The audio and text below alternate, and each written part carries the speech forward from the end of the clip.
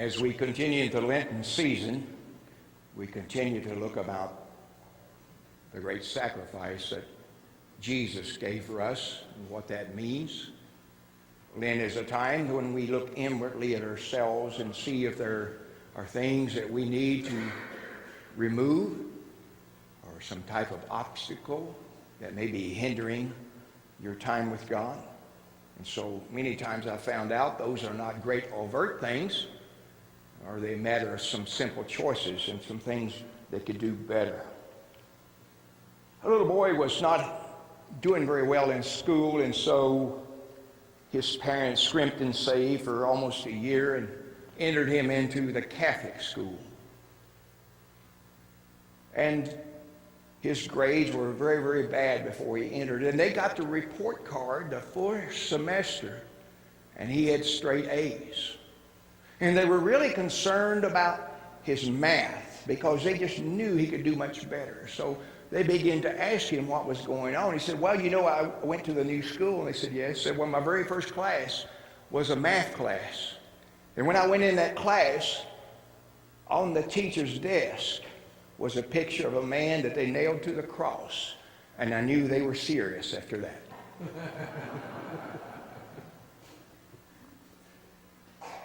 It's really about the cross. I've titled the sermon, Being Saved, because Paul used that particular language as he's trying to talk to the Corinthians. And in this first letter, he's trying to deal with some issues. But what he's trying to do is bring them all together. You can read the rest of 1 Corinthians and know that there were many factions, some being of Paul, Apollos, some of this and some of that, and they were following this and following that and claiming to be a disciple of that. And like so many things, they had moved away from the central focus of Christianity, which is the cross. And Paul reminds us that there is no real arrival at the cross. There's no real arrival at being saved. It's in the present tense. So we're all being saved at the same time. In other words, we're all fellowshipping with Christ. And so what Paul is talking about here in the 1 Corinthians in particular, you've moved away from what the central point is about Christianity, and that's the cross. And if you realize that centrality, that center focus, and that anchor in which we put all of our faith on, then you won't be having divisions. You may have disagreements, but you won't be having division. You won't be having all these issues saying I'm of this and I'm of that, because really all that matters is preaching Jesus Christ, Him crucified.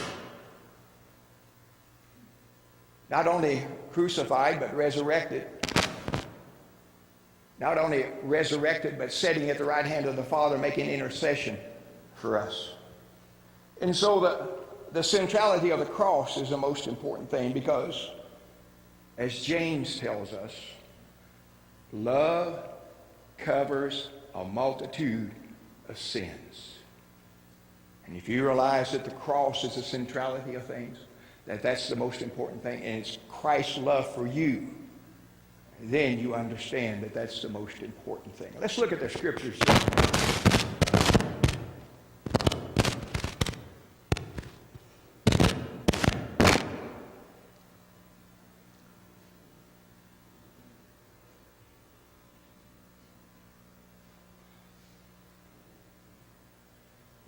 For the message of the cross is foolishness to those who are perishing, but to us who are being saved, it is the power of God. Now, I read several commentaries refreshing my memory about this text this week, and two of them in particular said, now how would we relate that to our modern culture? How would we relate the cross? How would we relate that? Because the cross was intended for the worst of worst people. The cross was a slow and miserable death. It was the ultimate way for someone to die. It was a slow process. And so the cross. You see, for the Jews, their Savior wasn't going to be hung on a cross. He was going to come into town riding his white horse and wielding his sword. And the Romans were going to fall, and all the other people would fall before him. The Messiah was coming, and they would be caught up together with him, and they would be together. And as the disciples asked, one of us will sit on the right and one on the left, and your kingdom's coming. And that's what we're looking for. And then when Jesus is crucified, the cross becomes a stumbling block, as Paul writes a bit later in Corinthians. It becomes a stumbling block. And then you had the Gentiles, the philosophers, and one of the things we don't want to forget, that Paul had probably just come from being at Athens when he came to Corinth. And he being there, he spoke this great Mars Hill address where he tried to relate to them and tried to say, all these things that you're worshiping, all these gods, there is only one true God. And remember a few weeks ago when we talked about that meat offered to idols don't matter to a whole lot because there's still just one God. He's the provider of the meat. But it was a stumbling block for the Greeks, for the Gentiles, because they kept asking for a little more wisdom. Tell us a bit more about this. You see, the Jews were always wanting another sign of the Messiah coming. And the Gentiles was always saying, let's do some rhetoric. Let's do some conversations here. Let's argue back and forth. And let's do some apologetics. And let's do all these things. And then we'll consider what is the most important. Verse 19 says, I will destroy the wisdom of the wise, the intelligence of the intelligent I will frustrate. You see, for you and I to understand the knowledge of God, maybe in some type of image or metaphor for us, instead of being a cross here, instead of it being a cross in which we worship, in our modern day, one of the worst ways you can kill someone is with an electric chair. So if I can make you understand just a bit that what they were really struggling with is they were thinking about this ultimate horrendous type of death, it may work better for you to understand that maybe someone that deserved the electric chair. And so Paul is trying to speak through all of this to them. Verse 20. Where is the wise person? Where's the teacher of the law? Where's the philosopher of this age? Has God not made foolish the wisdom of this world? See, you and I, we just accept the crosses. And we the only thing bad about putting crosses and making them beautiful and pretty is the cross itself was such a horrendous thing. It wasn't the beautiful crosses that you and I wear, or the crosses that you and I look at, that adore.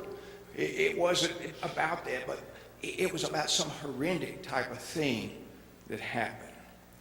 I think, too, that in this quotation here in verse 19, it says, I will destroy the wisdom of the wise and bring to nothing the understanding of the prudent, as the New King James looks at us. This is a quote from Isaiah 29. Let me give you just a little bit of background about Isaiah. Isaiah, of course, was a prophet telling them that they did not need to continue to sin, but to follow Yahweh, follow the God, the one and only God of the Old Testament. And so he was trying to bring them into that. And one of the things that were taking place, the northern kingdom of Israel and the southern kingdom of Jerusalem, Judah, was doing quite well at those times. They were almost prospering. But if you read Isaiah closely, you realize that things looked pretty good on the surface, but underneath they were decaying. And what he says here in Isaiah 29 is you're seeking the wisdom of man. See, what was happening, they did know at that time that the Assyrian army on their northern front, probably the northeast front, was just rampaging everybody and killing everybody and doing away with so many people. They were such a murderous type of people. And so Isaiah is writing there and trying to talk to him. You see, because what really happened, instead of them putting their trust in God, they tried to make an allegiance with Egypt. They were talking about making treaties, putting together a peace treaty, putting together some kind of binding contract. If we are attacked, Egypt's going to come in and help us. But what you realize, and I've told you over and over and over again, that when Egypt is mentioned in the Bible, it's always a negative. And because when you go to Egypt, you're not trusting God. And so they had this tendency to know that this thing is coming on the other front of us. We'll run to Egypt for help. Not many good things came out of Egypt except Jesus Christ. You remember the people when they came into the promised land? They sent out those spies, and the spies looked and they came back and said, there are giants there. There's all these kind of things there. And then the people together began to rumble, and many of them wanted to go back, says, we could have at least been slaves in Egypt and been fed than to be killed here in this wilderness. There's always the option, instead of giving everything to God, to go back to Egypt. And so what he's talking about here, and Isaiah is talking about it, and Paul is talking about it, is people, God's people themselves, making treaty with other things, making treaty with people they think are smart, putting their trust in everything, but not putting their trust in God. And so what Paul is trying to do in Corinthians here is tell them about Jesus. Paul underlies the centrality of the cross, which may seem to be foolishness, because the Greek word for foolishness here is being moronic, being challenged intellectually.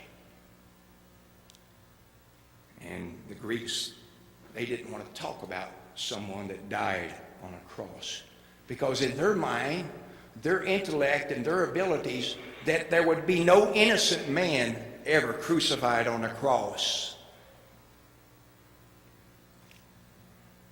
The Jews give us another sign. Give us some more evidence. You could say that the Greeks just wanted the facts, and the Jews wanted more and more of a historic evidence for who God was. Paul knows these people, and he's trying to relate to them and try to help them to understand what this cross is about. He knew the demands of both sides, and he tried to tell them that this, what Christ has done for us, is a matter of being saved. Like I said, we really don't understand it in our culture, the cross. But in those days, both Jews and Greek, it was an absurd thing to believe in, that someone would die on the cross to save us all. So we are told that our thoughts are not his thoughts. As Isaiah says, neither are our ways your ways. So where is the wise person? Where is the teacher of the law? Where's the philosopher? Is God not made foolish the wisdom of the world? Next verse. For since in the wisdom of God, the world through its wisdom did not know him, God was pleased through the foolishness of what was been preached to save those who believe. Now he says, again, the wisdom of God, so much different. It pleased God to use this manner. This was a manner that was available. This was what was used. For he died for our sins. Verse 22.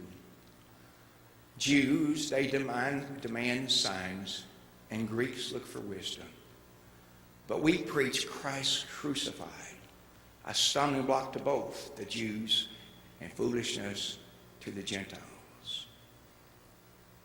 But to those whom God has called, both Jews and Greeks, Christ the power of God and the wisdom of God. For the foolishness of God is wiser than human wisdom, and the weakness of God is stronger than human strength.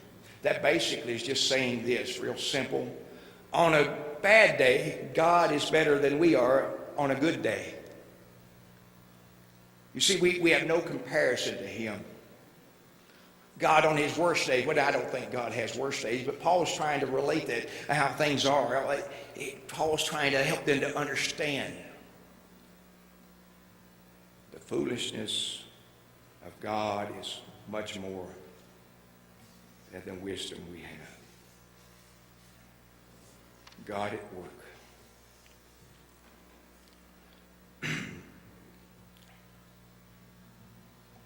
It's interesting in the Genesis account how a tree, the fruit eaten from a tree, separates us with sin. But it's also interesting too that Christ hung upon a tree to love us, to care for us. He hung for us. So what often happens, we as human beings think something bad God makes good. Isn't that good news for us? Can you remember a teacher or someone that didn't think there was not much hope for you, that you just didn't get it and you didn't understand it? I've went through those times, those difficulties. Teachers say things they really shouldn't say. But we're not perfect, and I realize that. There was a church that was doing very, very well. They began to expand and build onto the church, and in about 30 years, they had 2 major growth spurts until the point that it was a very caring, giving, and loving church. And most importantly, it was a church that, as it said on the sign outside, the copper sign, we preach Jesus Christ crucified.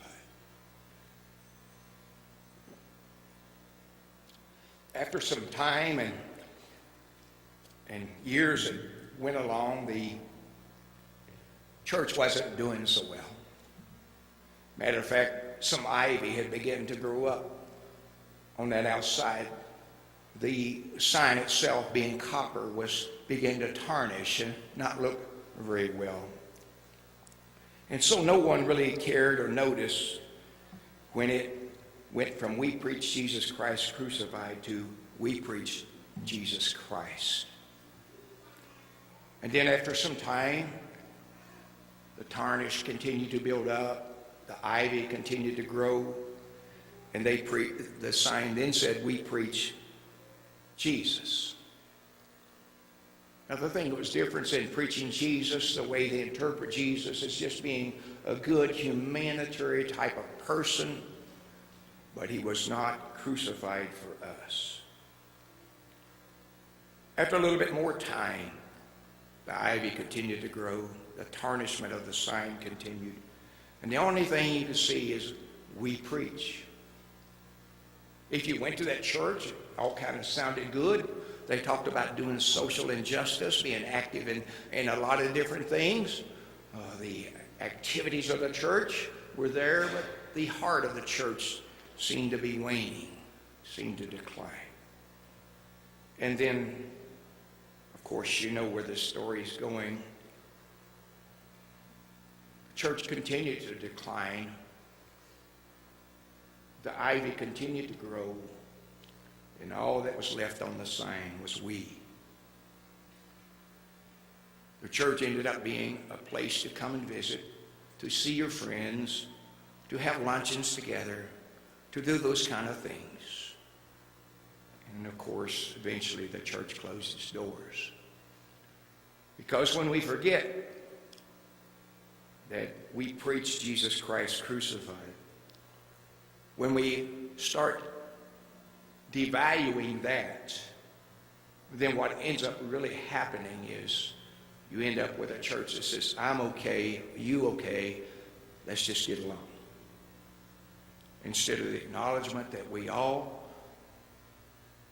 need the cross, the centrality of Jesus. We all need that. Maybe in your own personal life, you've kind of strayed away from witnessing about Jesus Christ and Him crucified. the need for all of us. You see, the thing that can easily move you away from Jesus Christ and Him crucified is acknowledging that we all need a Savior. We all need help. And as some of the ladies in my home church would often say, I needed more help than others. But I'm so glad that God answered their prayers. I think when they voted for me to become a minister and move out of the church, it may have been a matter of fact for some of them just wanting to move me on. But that was fine. Because God blessed in that. But this morning, do you still preach Jesus Christ and Him crucified in your life? Do you place Him above everything else? Is He Lord of your life? You see, we can often buy into the world's idea of a little bit of this and a little bit of that. Our churches have become entities in which it's kind of like going to Walmart. I go to that church because they offer this program. I go to that church because they offer that. I go to this because of this and that. And the centrality of all of our churches should be that of the cross. And that's the reason we come. Because unfortunately, so many people are looking for fixes, or they're looking for simplistic ways, or looking for shortcuts that they would feel better, when really it can only be found in giving our life to Jesus Christ. Now, as we close this morning, if you have any need whatsoever that you would like to have prayer about, if you need to reconnect to the cross in any way, shape, or fashion, or need prayer, feel free to come and pray. As always, our communion rail is open to you.